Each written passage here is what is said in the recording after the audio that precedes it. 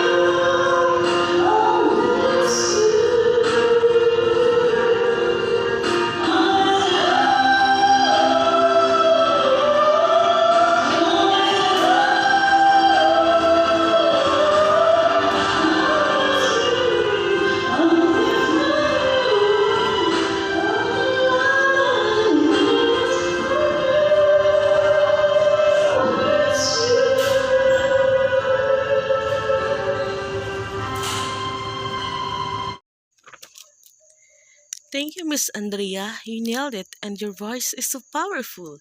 And now, our first resource speaker. She's a secondary school teacher, graduated of BSA General Science Education and Bukidnon State University, year 2007. Graduated in Master of Science in General Science Education in Central Mindanao University, year 2014. PhD Educational Administration ongoing in Central Mindanao University. Grade 7 Sunflower Advisor since 2011. Please welcome Ma'am Karen B. Garnate Luable. And now our second resource speaker, graduated at Central Mindanao University with a degree of Bachelor of Science and Commerce, major in Business Management. While in his second year in college, he passed the Civil Service Eligibility Exam Professional. Had practiced his profession working in a finance company at TSKL Indigo City, Davao del Sur as finance assistant. He managed to balance his job while also pursuing his master degree in business administration at Cor Jesu College, Digos, Davao del Sur. After finishing his master degree, he went back here in Bukidnon and was the admission officer, career advisor, and the accounting assistant in STI Valencia. He was then a part-time teacher of the institution teaching management subjects. Later on, he took units in professional education in Valencia Colleges Incorporated and after had taken and passed the LET examination last March 2015. He currently working as public teacher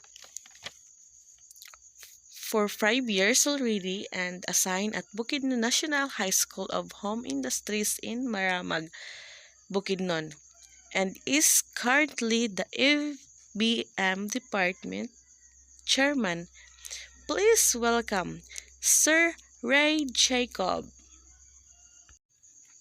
And our last resource speaker, 7 years as a school head, 8 years as a classroom teacher, 7 years as a part-time teacher at BCI, 1 year part-time teacher at IBA, 3 consecutive regional outstanding teacher year 2009 until 2011, first DepEd 2011 Mr. Education, first regional Mr. Al's Mobile Teacher 2010, PhD graduate 2015 at Central Mindanao University, Doctor of Philosophy in Educational Administration, Graduate Master of Art in Administration and Supervision, 10th from 12 siblings. Please welcome Dr. Denise A. Negosa. Please also provide the here our sponsor. Thank you, International Boutique, for our beautiful flowers. And thank you for the stage set up from ABC Company and our instrumental company, Sir Dave Reyes. Thank you so much. Welcome back once again to our show. Friends and audiences, let us welcome our resource speaker for today. With due respect, ma'am, we have 4 different questions from the people who follow our program. The first question is, while the rest of the resource speaker will give the personal insight regarding the question, same to the next question later. Are we clear? So the first question is, what common issues have you experienced in your profession even before the pandemic? How did you cope up with this? What common issues have you experienced in your profession even before the pandemic? How did you cope up with these issues? Good afternoon, everyone. My name is Karen Giluable, Teacher 3 of Bukidnon National School of Home Industries. So this afternoon, I was tasked to answer the following questions. The first one is, what common issues have you experienced in your profession even before the pandemic? For me, even before the pandemic, I've been experiencing time management when it comes to doing my work as a teacher and being a mother at home.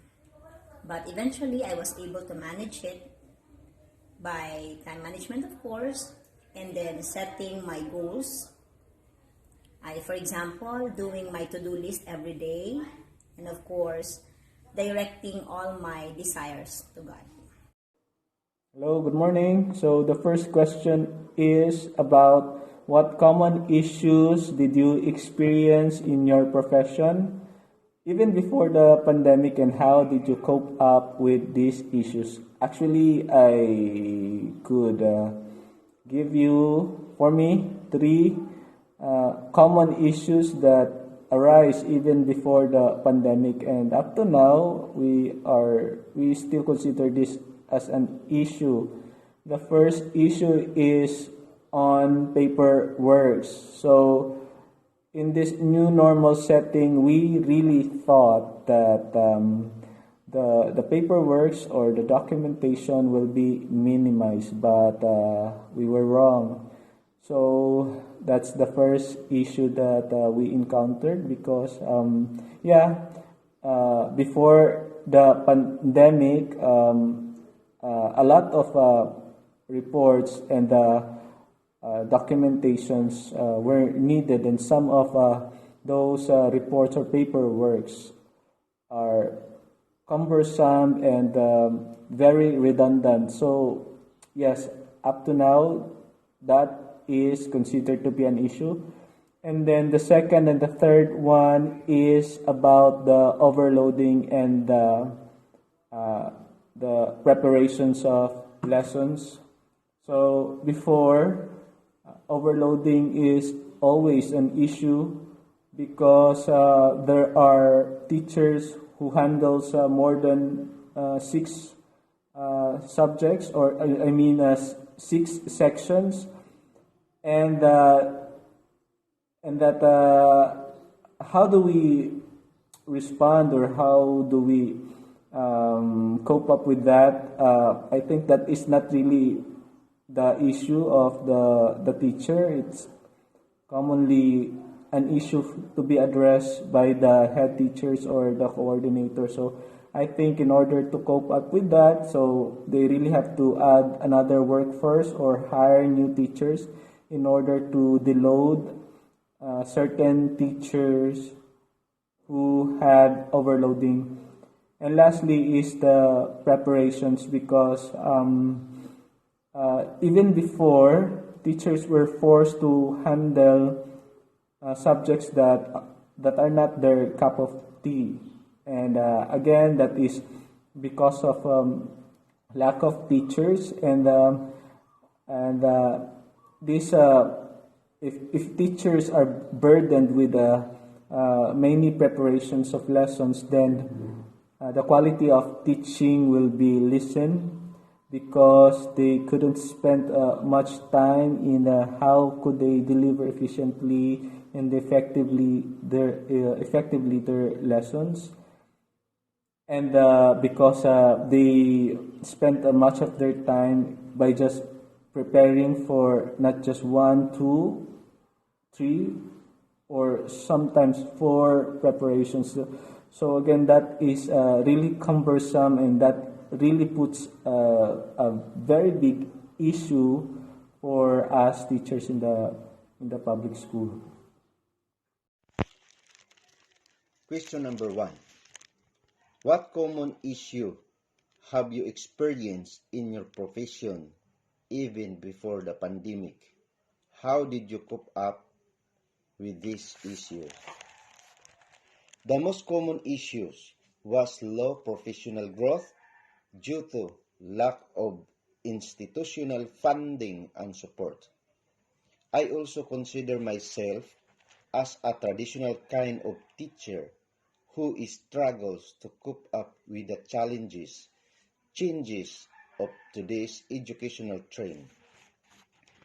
I am not quite much adapt to the technologies in teaching, which is indispensable nowadays. I find it quite a challenge shifting to modernization paradigm, but I am trying my best to cope up with it. I believe as a committed teacher, I have to adjust to fit myself, to contribute in my best way to change the world, the universe rather, a little bitter, especially my country, Philippines. However, I was able to access support from other agencies, families, friends, so I was able to attend seminars and conferences to cope up and addresses the concerns and issue in the society. Here's your second question now. The question number 2 is, how do you consider yourself as a teacher? Beginning, developing, or professional? Again, how do you consider yourself as a teacher? Beginning, developing, or professional? How do you consider yourself as a teacher? Beginning, developing, or proficient? Of course, I do not consider myself as a beginning teacher because I've been in the DepEd for 10 years already. But I also do not consider it as proficient because I am still a developing teacher. Until this moment, I am yearning to be a better version of myself, aiming to to fulfill my task every day and to be able to impart knowledge to my learners. I guess that's the answer. For question number 2, it is about how do you consider yourself as a teacher? Well, as for me, I could consider myself already as a developing teacher, considering the years of experience here in teaching or in education. I have already spent 6 years in education, and with that, I could say that I have already had a good grasp and overall understanding of the process and the system here in the Department of Education. And I have also the knowledge already and the understanding of what are the necessary things to do or to perform. And it's just that there are some skills that needs to be developed or improved for me to become a proficient one. So usually those proficient teachers are the master teachers or the teacher 3. But now I'm a teacher 2. So probably with a constant workshops or seminars or activities that will help me enhance my skills and develop more. So probably we could reach that level of becoming a proficient teacher. Question number 2. How do you consider yourself as a teacher? In my cases, in my situation, for how many years in Department of Education, from being a teacher to being a school leader, I consider myself as a proficient one because of the many experiences I have in this department. I am professionally independent on the application of my skills in the teaching-learning process. I am always an optimistic person, which means that I always see the positive of every situation. In addition to that, I share my expertise to my teachers and give them technical assistance and advice when they have problems encountered in their profession.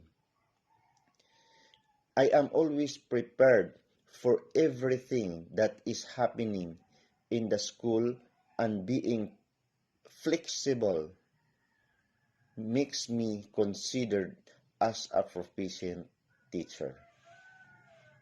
Thank you for the very informative insight to the question number 2. Before we proceed to another question, let us witness another intervention number from Central Mindanao University. She's taken up of Bachelor of Nursing and one of the active members in that group. Please welcome Mylene Salapa. Ikaw nang pauunahin, makatabi ka lang sa upuan, ako talaga'y kikinig. Baby ko si kulot, inaalis ng aking lungkot. Sa mga ngiti mo ako'y parang inihigop, hindi ko na talaga to kaya na malimot. Baby ko si kulot, pag-ibig mo'y pilit kong inaabot. Sana ako na lang ang makasambot, dasal ko kay Bathala, wag mo tong alam mo ba na para kang pang Think I'm getting butterflies, but it's really something telling me to run away. No, hey, love, baby, I'm the reason why hell's so hot. Thank you, Ms. Salapa, for the energetic dance number. So here's the question number 3. What are the components of instructional planning?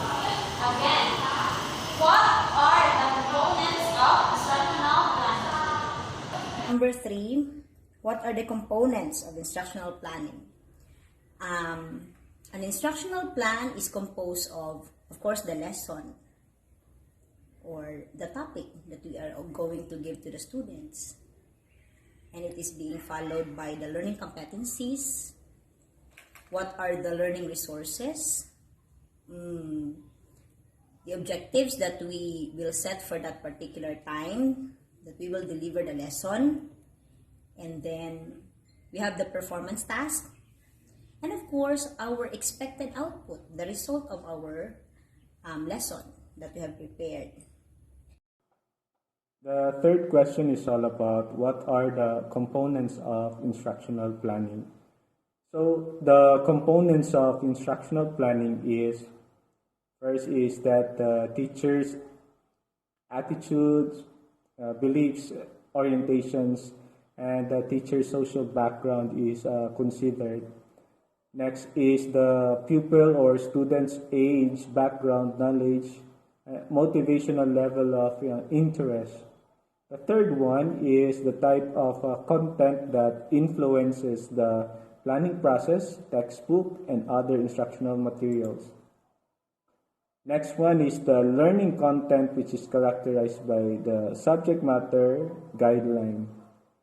And another one is the component. One of the component also is the material resources, which includes equipment, tools for teaching, and lastly, time frame, which is considered.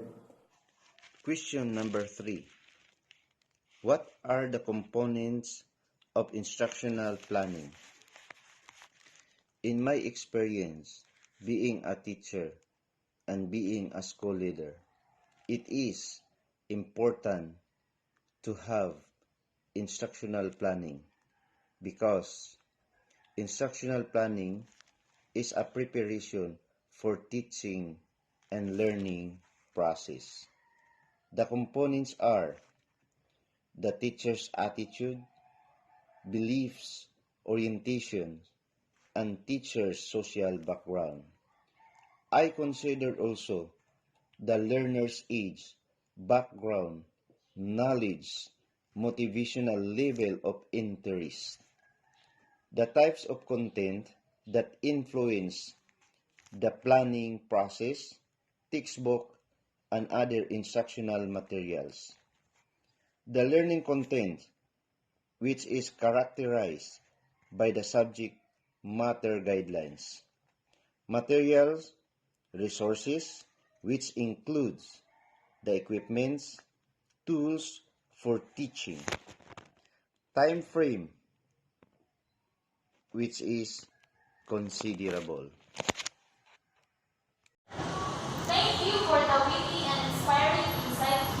The question number 4 is, what do you think are the most important components of instructional planning and why? What do you think are the most important components of the instructional planning and why? Number 4, what do they think are the most important components? I guess, apart from the learning resources, which is very important, so we have a diverse source of materials, I guess it's the learning competency that we need to make sure that at the end of every lesson, the objectives are met and the students have learned something. Thank you. So the last question is, what do you think are the most important components in the instructional planning and why? For me, I would consider the first 3 components to be the most important thing in the instructional planning. First is that we need to consider the teacher's attitude, beliefs, orientations, and teacher's social background. Why am I considering the teacher? Because in the first place, the teaching and learning process will not really be effective without a teacher. So all the motivations of the student or the learners starts from how the teacher delivers his or her lesson and how he impacts or affects those learners, especially when they touch their lives, and it is always the teacher who motivates and inspires them to learn and to go beyond what these students can do. And the next one is one of the most important for me components in the instructional planning is that pupils, students' age, background knowledge, motivational level of interest. Now, before the teaching learning process to happen, we really have to have an assessment or an evaluation of what kinds of learners do we have. So in that way, if we know our learners more, then we could come up with instructional materials or learning techniques and activities that are effective and efficient and are suited for this kind of learners. So that is one thing that we need to consider to evaluate and look into our learners' age, their background, even their knowledge, and also their motivational level. Lastly is the type of content that influence the planning process, textbooks, and other instructional materials. So I believe that we have to strike a balance between the contents that could influence the planning process, like the textbook and other instructional materials that we could use, between the ways on how these teachers will utilize these resources. So I believe that these instructional materials are also important because this will serve as the guide for the teachers to deliver or to what are the knowledge and the learnings that are expected for him or her to deliver. So that's it. That's the most important components for me in the instructional planning. What do they think are the most important component of the instructional planning and why? There are types of instructional planning. For instance, the lesson plan of a teacher. I believe that the most important component of this type of instructional plan is the learning objectives. Why? It is because it helps teachers to select and organize the learning content and prioritize learning. These learning objectives serve as a guide to the student as they work through the lesson and to assist their progress. This is a component of an instructional plan which is student-centered and outcome-based. Thank you for the very short and precise answer. To all our resource speakers, we thank you from the bottom of our heart for those wonderful insights you shared from us. We learned a lot from it, and I am sure that it will help us be molded as a future educator like you. Once again, thank you very much. So before we end the program, let us have an entertainment number from the Philippines Foundation College. Speaking out, Bachelor of Business Administrator with major in Management. Please welcome Emma